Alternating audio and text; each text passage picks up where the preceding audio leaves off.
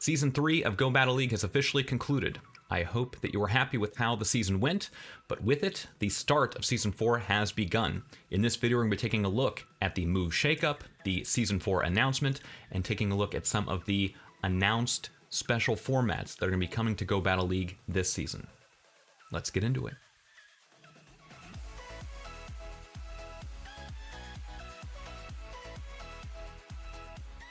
Welcome back to the channel, trainers. My name is Oro Chris. I am your catching coach. If you are new to the channel, welcome. We appreciate you stopping out. If you're interested in Pokemon Go, competitive PvP, and basically anything Pokemon related, consider subscribing. Now, as far as the differences between Season 3 and Season 4, there's going to be the major difference that we're going to be seeing. One is a shift in the Great League meta. We're going to be having a lot more Galvantula, which we will discuss why in a moment, as well as a change in how rating affects your progression through each individual rank of the Go Battle League. So if we take a look at the official announcement, we have got on PokemonGoLive.com, trainers all as Season 3 of the Go Battle League finishes up, here's a look at what you can expect for Season 4. And as we can see, they give us first the timeline. We're going to be spending 2 weeks, it appears, in the Great League, as we are accustomed to do. What that tends to indicate is, if past is prologue, we know that you should really be focusing on building a solid roster in the Great League, because the Great League is where you're going to be spending a majority of your battles, certainly in the beginning of each season, and that's going to help establish you in terms of where your ELO, your MMR, where your rating ends up when you get through the progressive ranks. So spending a lot of time in Great League, getting familiar with the matchups, knowing the fast move counts, things like that, is going to be particularly important going forward. Because we're in this 4th season now, and they've always started in the Great League, I'd be surprised if we had some type of a shift where we start in the Master League, for example. I would start really focusing on getting a team ready for the Great League. So we're going to have 2 weeks in the Great League, followed by 2 weeks in the Ultra League, starting Monday, September 28th, and then running until 1 o'clock on Monday, October 12th. And then we will have also, during the Ultra League, the Premier Cup. Now, I really enjoyed the Ultra League Premier Cup. I think that was probably the most fun in Go Battle League that I've had. If you had a similar experience, start working on building up some of your team rosters, because that's really a wide open meta, lots of diversity, lots of different strategies that can be successful. And without the ever-present Ultra League monster, that being Giratina, you can run a lot of counterintuitive teams to really make them work in a league like Premier Cup. Then we're going to be spending 2 weeks in the Master League. We've got Monday, October 12th until Monday, October 26th. There will also be running concurrently with that, of course, the Premier League and the Master League. That's going to be no CP limit for that Premier Cup. And then we're going to be having a new format, the all-new Halloween Cup, which is going to be running for 1 week, starting on Monday, October 26th, and then concluding Tuesday, November 3rd. So the Halloween Cup, we will be discussing in more details in a later video. We'll be taking a look at the ratings and things of that sort, the rankings of what Pokemon are going to be the most successful. We'll get into some more details about the details in a moment when we go down through the announcement here. All 3 leagues then will be open. Premier Cup in the Master League. So like in Season 3, we had the Great League, Ultra League, and Master League, and then Premier Cup, not the Ultra League Premier. This was the Master League Premier. They're going to continue that tradition and have Premier Cup available for all 3 of these leagues for 2 weeks, it appears, Tuesday, November 3rd. I'm sorry. They're going to have all 3 leagues then available after the Halloween Cup concludes, including the Premier Cup. And this Premier Cup is going to be in the Master League. As was happening with Season 3, there was a Premier Cup in Ultra League as well as in the Master League, but once we opened up all leagues, the Ultra League Premier did not resume. It was only in the Master League. So this would be the no CP limit Premier Cup in the Master League. That will be running from Tuesday, November 3rd until Monday, November 9th. And then on Monday, November 9th, that's when Season 5 will commence. Now, as far as the Halloween Cup is concerned, we have got that running again from Monday, October 26th until November 3rd on here in the United States, Election Day. So we've got 1 week that we're going to be spending with this particular format. And in this format, only Poison, Ghost, Bug, Dark, and Fairy type Pokemon will be allowed. In addition, you can earn reward encounters with Bulbasaur, Charmander, and Squirtle, all wearing Halloween costumes. The Halloween Cup will have a 1500 CP limit. Now, it's unclear whether or not this will be the same Halloween costumes that these starters have had in years past. It could be the same, could be something different. We will have to see. And this Halloween Cup is going to be in the 1500 CP limit range, so we will be spending that in the Great League. Changes between Season 3 and Season 4. You can expect the following to stay the same. There will be no walking requirement to participate in Go Battle League. Friendship level requirements will not be required for remote battles. The avatar items inspired by Pikachu Libre will continue to be rank 7 rewards. The avatar items inspired by Blue from the Pokemon RPG will continue to be rank 10 rewards, so that will be sticking around as it was in Season 3. The win reward and Pokemon reward encounters will remain the same. And then we've got for ranking rewards, Pidgeot at rank 1, Galarian Zigzagoon at rank 4, Galarian Farfetch'd at rank 7, Rufflet at rank 8, Scraggy starting at rank 9, so we're gonna have to work a little bit harder to get that Scraggy, which is kind of disappointing. I love to get those Scraggy candies.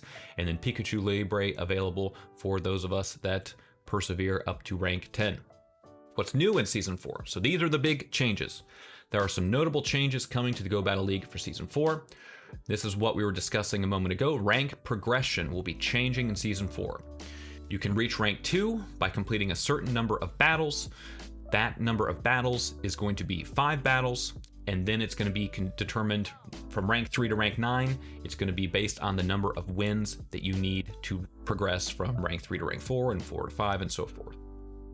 Now, as far as the number of battles that you're going to need to progress through each of those respective ranks, if we head over to Twitter, a very helpful tweeter is Kelvin, at Kelvin91. Be sure to check out their Twitter channel, Twitter profile, whatever you want to call it. PvP ranks changing for Go Battle League Season 4. And we've got PB ranks changes. Rank 1 is the starting rank for all of us. Rank 2, complete 5 battles, as we mentioned. Rank 3, only needing 2 wins to proceed then to rank 4. Rank 4, you'll need 4 wins. Rank 5, to go to rank 6, you'll need 8. In rank 6, you'll need 15 wins to move up. That'll be a total at this point of 29 total wins. Rank 7, you would need 25 wins. So be spending a good bit of time in rank 20 and rank 7. And that's a big change. A lot of folks, when you come out of rank 7 and you first get your rating, your MMR, you might have a rating that's high enough to be in rank 8. So you'll just need to complete 1 set of battles and then automatically you're in rank 8. Here, you're going to be spending 25 wins in rank 7. Rank 8, going to be 50 wins. Rank 9, 100 wins. So a lot of grinding up in rank 9, needing a total of 204 total wins. So just think about that. Look at your Season 3 numbers and think about how many battles you commenced, how many you completed, how many wins did you have? Did you have enough wins to make it through to rank 9 at that point? That's going to be a determinative factor. How much time are you going to have to commit? And that's wins, not particular battles. So you might have, if the rating system's functioning properly and you're near or just above a 50% win rate through rank 9, you're potentially going to be battling upwards of 350 battles just to get out of rank 9 to get your rating. And then at that point, you will have an opportunity to have access to your rating to find out if you've got that 3,000 plus score to get to rank 10. So definitely a big change between Season 3 and Season 4. One that is going to be somewhat of a weight lifted off, because previously, if you hit rank 7 and then you had a bad set of matches, you would lose a bunch of rating and then have to re-earn all of that the next day or the next couple of days. So it was a lot of pressure for each set of matches. Now it's just going to be a progressive and constant climb to grind up to those total number of wins. And then it's at that point you'll be released with your rating to find out how much more rating you need to get to rank 10. So the end of season rewards will be similar to those in Season 3. Stardust from rank 1 to rank 3. Stardust TMs and a raid pass from rank 4 to rank 10. If you reach rank 10, you'll earn a brand new avatar pose. So we do know that that's going to be that blue pose. We have not seen what exactly this pose is going to be up to this point, so that'll be interesting to find out. If you If you finish Season 4 at rank 7 or higher, you'll receive an Elite Fast TM rather than an Elite Charge TM. So the reward for hitting rank 7 in Season 3 was the Elite Charge TM. Now we're going to be getting that Elite Fast TM. Potential candidates that is going to be a very helpful item to have are going to be Dugong in the Great League, Thundershock on Zapdos, a very important move that Zapdos really needs to have any degree of success in any of the PvP leagues. If you've got a Shadow Zapdos that you've been considering running, that would be a potential candidate for that. And then if you wanted to go potentially anti-meta, something like Wing Attack on Charizard, that has had some unique play in some of the Sylph Arena Cups that I've seen in the past. Now go battle Night on Thursday, September 24th from 6 to midnight, 6 p.m. to midnight local time. You can experience the all new Flying Cup during the limited time Go Battle Night event. So the Flying Cup is going to be featuring Pokemon that have a typing or subtyping of flying types in the Great League. The Flying Cup will be available in this format. Only flying type Pokemon will be allowed, and the CP limit is 1500 CP. So candidates that are going to be important for you to get access to: Aerodactyl is going to be very important with access to rock type attacks, going to be hitting for super effective damage against most of the Flying Cup meta, as well as Zapdos. Zapdos having access to electric type attacks. Very few Pokemon are going to be resisting electric type attacks in the Great League and the Flying Cup. Now, one of the big changes for the Flying Cup is going to be you can complete 20 sets of battles in the Go Battle League that day, up from the regular 5, for a total of 100 battles. So this is very similar to that Azumarill PvP day where we had, if you got a certain number of wins in each set, you could get an Azumarill. They were potentially increased shiny odds, so that was an exciting day of battles. Here we're going to be having 20 sets, 100 battles in the Flying Cup. So definitely be ready to focus on getting some good flying type Pokemon for this particular cup. You'll receive twice the Stardust for winning battles, completing sets of battles, and ranking up in the Go Battle League. Evolve Pidgeotto, the evolved form of Pidgey, during the event to get a Pidgeot that knows Gust. And separately, we will be discussing in a later video, we do know that Mega Pidgeot is going to be coming to Mega Raids here in the near future. So having Pidgeotto available, evolve that, you're going to be getting access to that Gust attack. We don't have the stats yet on Gust, so we'll be looking at how strong that potentially is in the Great League, Ultra League potentially, depending on how the CP conversion goes for Mega Pidgeot. Now, as far as the move Shakeup, as is accustomed with every season of Go Battle League, we've got a move transition. Lunge, this bug type charged attack will lower the opposing Pokemon's attack. Initially, when this attack becomes available, only Masquerain and Galvantula will be able to learn it. The following attacks have been updated for trainer battles. Bug Buzz, this bug type charge attack now has a little chance of lowering the opposing Pokemon's defense. Flame Charge, this is very similar to Power Up Punch. It will be increasing the user's attack by 1 stage. And then Signal Beam, this bug type charge attack now has a chance of lowering the opposing Pokemon's attack and defense. Now, as far as how these play out, Vespiquen is the only Pokemon getting access at this point to Signal Beam, according to pvpoke.com. Typically, any Pokemon that has access to Signal Beam and Bug Buzz is going to prefer to keep using Bug Buzz. Bug Buzz just has a better overall play, a little bit cheaper of a charge attack than Signal Beam.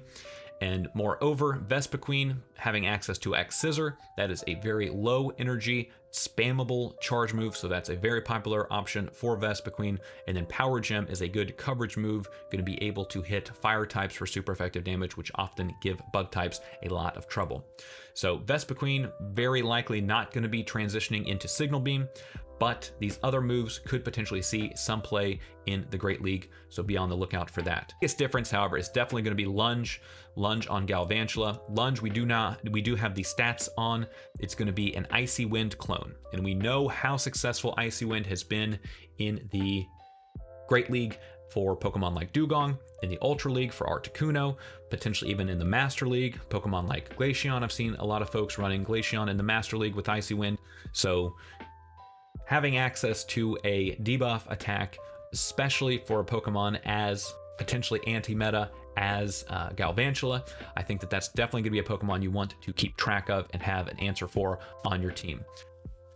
If we head over to pvpoke.com, we can see that the rankings for the Great League haven't really shifted all that much. We've got Azumarill still in that first spot.